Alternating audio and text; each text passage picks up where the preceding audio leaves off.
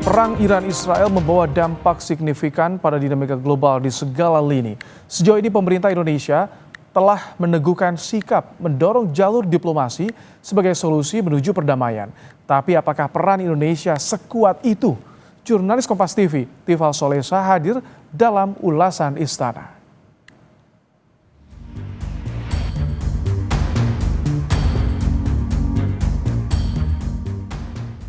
Belum selesai satu konflik, kini dunia dihadapkan pada perang Iran-Israel. Sedikit banyaknya gejolak sejak 13 Juni 2025 itu telah membawa pengaruh ke dinamika global. Lalu sejauh mana Indonesia bersikap? Saya Tifal Solesa, saatnya ulasan Istana. Sepanjang lawatan kedua negara, Presiden Prabowo Subianto tak berhenti merespons perang Iran-Israel. Dalam rangkaian Leaders Retreat di Singapura, Prabowo bersama Perdana Menteri Lawrence Wong mengaku membahas konflik Timur Tengah. Keduanya sepakat jalur negosiasi menjadi solusinya. Regional matters and global matters, we express deep concern over the situation in Gaza and the escalation in the Israel-Iran conflict. We emphasize the importance of peaceful solution, negotiation, and we call for immediate ceasefire. Tak berselang lama, persisnya usai bersua Presiden Vladimir Putin dan jadi pembicara inti pagelaran ekonomi internasional di Saint Petersburg, Rusia, Prabowo sekali lagi menekankan deeskalasi atas perang Iran-Israel. Prabowo meminta semua pihak menurunkan tensi sekaligus mencari jalan damai. Ya, tentunya pengaruh Rusia lebih besar ya di kawasan itu, khususnya dengan pemerintah Iran. Jadi saya kira peran dari pemerintah Rusia akan sangat besar. Ya, semua akan berusaha untuk deeskalasi.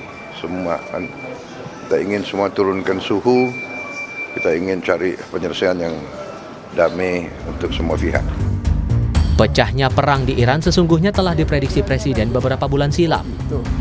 Dalam wawancara khusus 7 pemimpin redaksi di Hambalang, Bogor, Jawa Barat, Prabowo menyinggung keterlibatan Amerika Serikat dalam serangan yang membuat situasi global makin tidak menentu.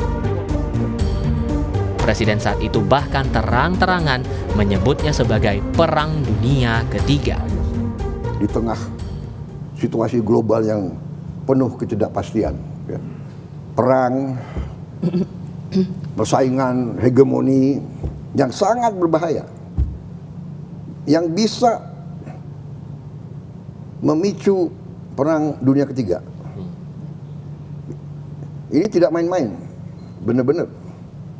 Saya pelajari tiap malam, saya lihat, this is very dangerous time. Very dangerous time. Amerika siap mau nyerang Iran, Rusia mengatakan jangan nyerang Iran. Kalau nyerang Iran, berhadapan dengan saya, Rusia.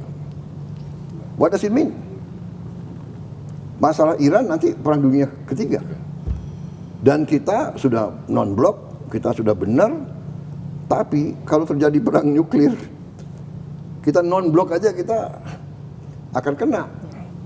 Mungkin yang negara-negara punya nuklir, ya, dia matinya lebih cepat. Kita mungkin mati juga, tapi lama kita matinya, ya kan? Benar nggak?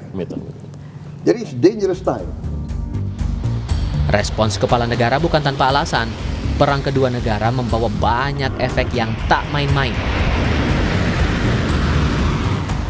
Keselamatan warga negara Indonesia di Iran yang pertama kali merasakan imbasnya.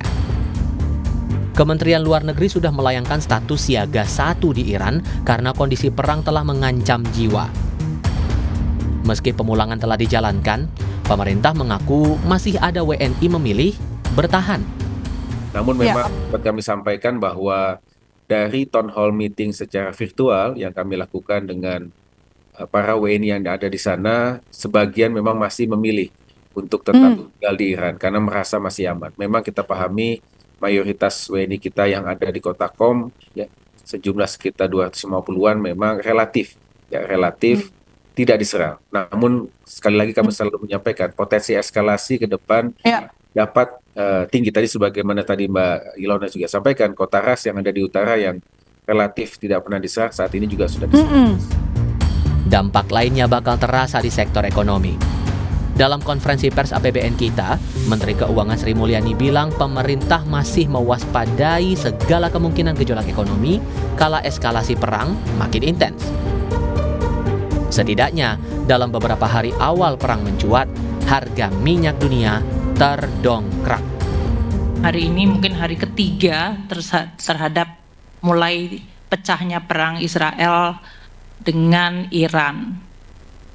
Dan ini telah menyebabkan langsung pada hari pertama harga minyak naik lebih dari 8%. Yang tadinya pada kisaran di 70 bahkan di bawah $70 untuk Brent. Itu terjadi kenaikan lonjakan bahkan tertinggi sempat mencapai $78 per barel, naik hampir sekitar 9%, meskipun kemudian sekarang mengalami koreksi di $75 per barel.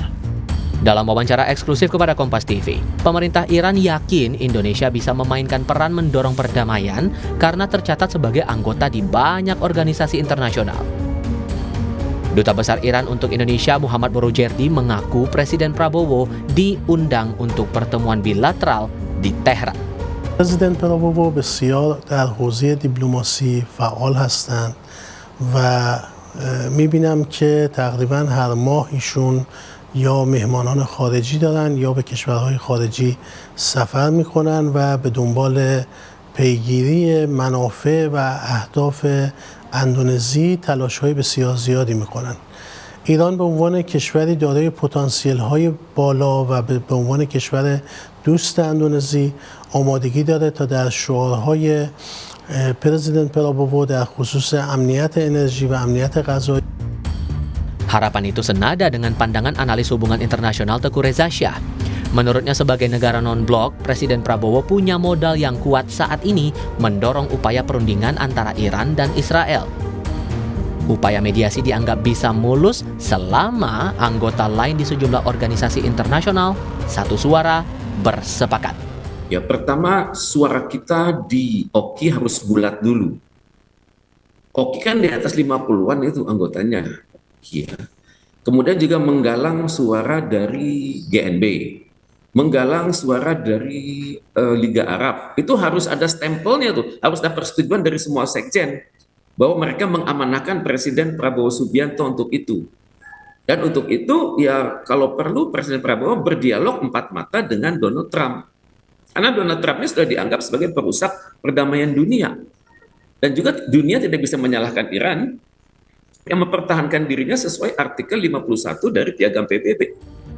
Kecil besarnya posisi tawar kita, Indonesia tetap harus tegas bersikap atas perang ini.